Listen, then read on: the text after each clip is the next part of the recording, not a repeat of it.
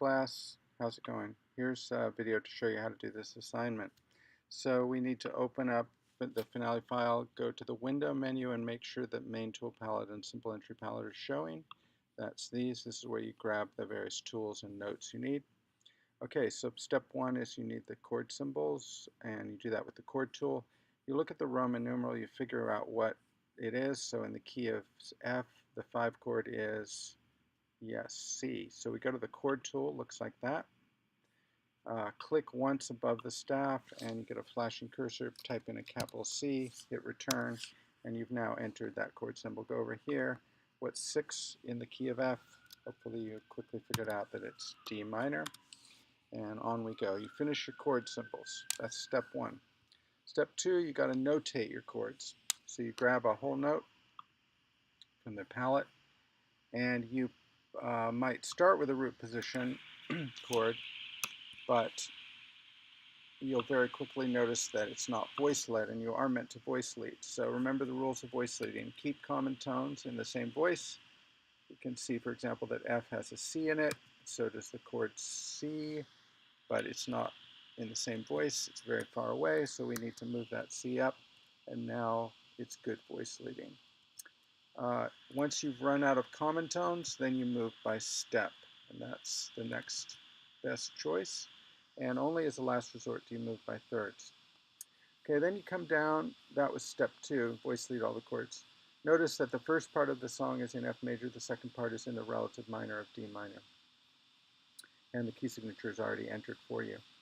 Moving down to step three, we need to do bass, and we're using a particular bass technique. In this case, constant eighth notes with approaches.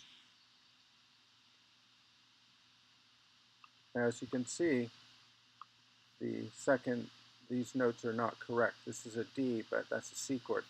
So we got to make sure we have constant eighth notes of the roots of each chord. So that means we're going to need to re-enter these notes or move them so that they are a C. Then right before the chord change, we need to put in an approach note. Definition of an approach note is a note that proceeds by step into its target. A note that proceeds by step into its target. So this note is currently not an approach note because it's the same as its target. So we need to change it to be moving by step. It could either move by step from below or it could move by step from above. In this case, I think from below might sound a little better. Here's what it would sound like.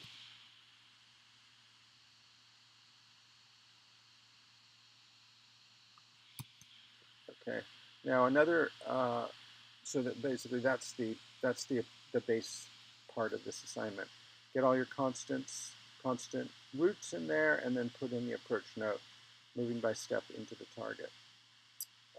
Next, we have the drums. Now the drums are very easy. Actually, they actually won't be in there like that.